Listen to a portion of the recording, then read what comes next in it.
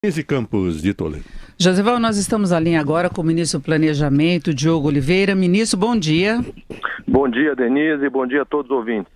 Ô, ministro, na semana passada o governo lançou um mega pacote de privatizações, dando a entender que há a possibilidade de levar ao final toda essa proposta até o encerramento de 2018. E ficou uma grande dúvida, embora o pacote tenha sido bem recebido, é quanto à capacidade política de o governo conseguir executar tudo isso, levando-se em conta a própria fraqueza, as dificuldades que já se enfrenta em relação à reforma da Previdência, e o 2018 vai ser um ano de eleições. Como é que o governo pretende adotar uma estratégia que viabilize esse projeto? Caiu a linha. Perdemos contato? Perdemos contato. Voltamos Denise, daqui a gente vai refazer vamos refazer a ligação. Se você quiser falar um pouco sobre esse tema, aliás... Foi apresentado semana passada, 57 estatais que seriam privatizadas. Primeiro eles anunciaram a Eletrobras, foi o primeiro, depois saiu o pacote. Ministro, agora me ouve? Estou te ouvindo, Denise. O senhor chegou a ouvir a questão? Ouvi. Então, ministro, como trabalhar politicamente essa questão, fora o lado técnico, né, de se estabelecer as regras para a privatização? Bom, primeiro é preciso esclarecer que a maior parte desse pacote não depende de aprovação congressual. São ações que o governo já tem autorização legal para fazer, né, que é toda a parte de concessão. Por exemplo, a maior parte dos projetos são projetos de concessão. Concessão de áreas portuárias, concessão de aeroportos, concessão de linhas de transmissão, de geradoras de energia, quer dizer, toda essa parte de infraestrutura que já possui autorização legal para fazer. Também são projetos, são processos que o governo tem experiência de fazer, né? Então, linhas de transmissão, por exemplo, nós já fizemos dezenas de linhas, já foram concedidas, já foram construídas e já estão operando. Aeroportos também, acabamos de fazer 4 aeroportos agora, recentemente, foram concedidos, né, com grande sucesso, inclusive, né, e assim por diante. Então, o que tem de novidade nisso é a privatização da Eletrobras e os estudos em algumas áreas que foram autorizados também com vistas à privatização, que é o caso da Casa da Moeda e da Codesa, né, que vão passar agora por uma fase de avaliações e estudos ainda. Então, eu não vejo muita dificuldade do ponto de vista legislativo para a tramitação desses projetos que foram anunciados.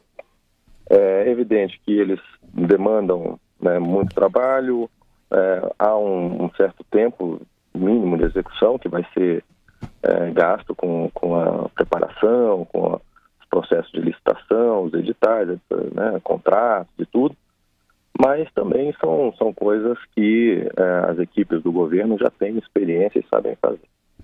Agora, ministro, há críticas dentro do próprio governo, alertas, por exemplo, da ANEEL, em relação à possibilidade de um aumento muito forte de tarifa de energia, Infraero questionando a venda de aeroportos lucrativos, como é o caso de Congonhas, aqui em São Paulo. Então, sempre tem uma pressão contrária quando se fala em privatização. E fica aquela ideia de que talvez o governo queira conseguir muito resultado rápido por causa da questão fiscal, não?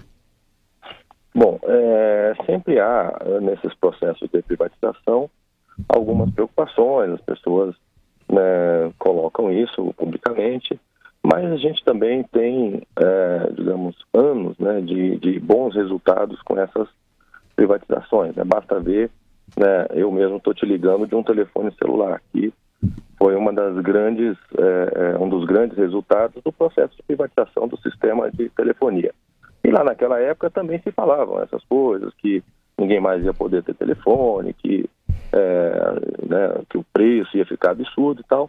Não foi nada disso que aconteceu. O que aconteceu foi que a qualidade melhorou, a disponibilidade de linhas aumentou, né, de maneira muito, muito forte e assim por diante. A gente sabe que algumas vozes podem se levantar, mas a gente tem a confiança e a experiência de anos e anos de processos de privatização que estão aí para mostrar que esse é o caminho certo.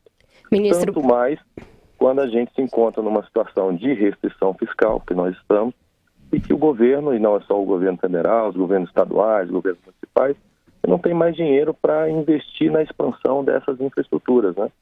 Então a gente sabe que esse é o caminho correto e as coisas vão transcorrer de maneira muito positiva para a sociedade. Ministro, agora Vera... dos serviços e essas coisas. Vera Magalhães. Bom dia, Vera. Bom dia a todos, bom dia, ministro. Ministro, o senhor falou dessa experiência, mas essa experiência também mostra alguns problemas.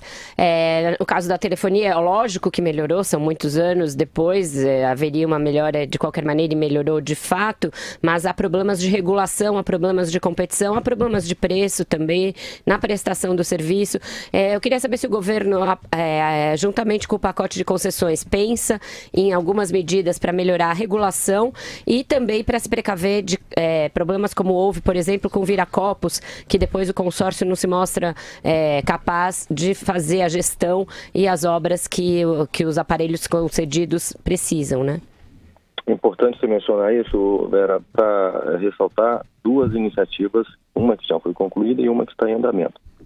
A primeira foi exatamente que nós já estabelecemos o marco legal para a solução de concessões problemáticas. Então, hoje já está estabelecida a legislação de tudo como é que funciona. Então, é possível que alguma concessão dê problema? Isso é possível. Pode ser que uma empresa entre em dificuldades financeiras, como é o caso que aconteceu em Viracopos, e queira devolver. Antes não havia nenhuma legislação. Este ano, agora, nós aprovamos uma lei estabelecendo todo o processo. Então, vai ser feita uma avaliação dos investimentos que a empresa fez, ela será indenizada, será feita uma nova licitação, uma nova empresa vai assumir e vai dar continuidade ao projeto. Agora, ministro... Então, isso já foi estabelecido. A segunda iniciativa é a proposta que está em tramitação no Congresso Nacional de uma lei que nós estamos chamando de uma lei de reforço das agências reguladoras, que cria, né, mais capacidade, inclusive financeira, para que as próprias agências tenham autonomia, que possam se organizar da melhor maneira, exatamente para ter mais capacidade regulatória.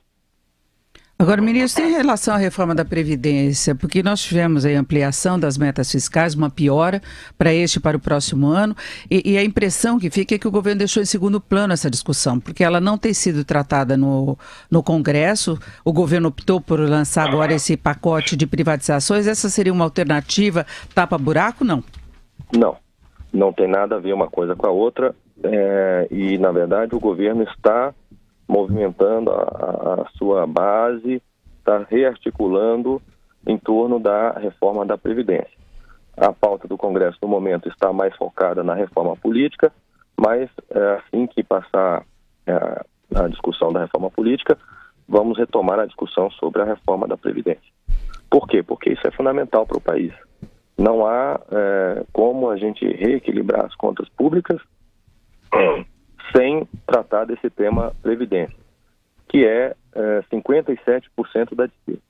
57% de tudo que o governo gasta é com o pagamento dos benefícios de Previdência. Isso representa 730 bilhões de reais, né? E é a principal fonte do déficit público, esse que a gente acabou de alterar para 159 bilhões. Se você pensar que o déficit é 159 bilhões, o regime geral é 185 bilhões de déficit e o regime do setor público mais 75 bilhões. Portanto, 260 bilhões é o déficit do conjunto Previdência. Então, se a gente está falando que o total vai ter um déficit de 159, então isso quer dizer que o resto do governo tem um superávit de 100. Portanto, todo o déficit esse que a gente está lidando, ele tem a origem num sistema previdenciário, que está se tornando inadministrável. Ministro, o que advirá para o seu ministério, que é do planejamento, desta viagem do presidente à China? Bom, de bem específico, nós temos dois projetos importantes com a China. O primeiro foi o estabelecimento de um fundo de financiamento para investimentos no Brasil da ordem de 20 bilhões de dólares, que nós estamos em fase de execução já, e é um fundo bilateral, Brasil e China. E nós estamos acertando com eles também um memorando de entendimento para troca de informações e de apoio às empresas que tiverem investimentos chinesas no Brasil e brasileiras na China. São 2 projetos que nós estamos trabalhando com eles, que terão, digamos, avanços nessa viagem. Além disso, nós ajustamos lá encontros com empresários, com investidores, com instituições chinesas que têm interesses em trazer investimento para o Brasil. Então, basicamente, nós vamos tratar, né, da parte de investimento. Aquela parte da estrada transcontinental fica para os transportes ou tem alguma novidade? Esse projeto, na verdade, nós temos tratado deles aqui no Brasil de modo fatiado, né, faseado. Para nós, vamos tratar com eles o que nos interessa, que é a FIOL, que, né, digamos, é uma das partes desse grande projeto que a China vem propondo, no sentido de se criar uma ferrovia, né, transcontinental. Mas aqui no Brasil a gente tem olhado isso mais em partes do que nesse projeto completo, que é muito grande, que no momento acho que nós teríamos dificuldades para avançar com isso. Mas nós temos partes dele que podem ser desenvolvidas e, inclusive, isso vai ser tratado, e o ministério responsável por isso é o Ministério do Transporte, claro. Nós conversamos com o ministro do Planejamento, Diogo Oliveira. Ministro, eu agradeço muito a sua participação aqui no Jornal da Manhã. Um bom dia. Ok, Denise, muito obrigado a todos aí no estúdio e um bom dia para todos os ouvintes.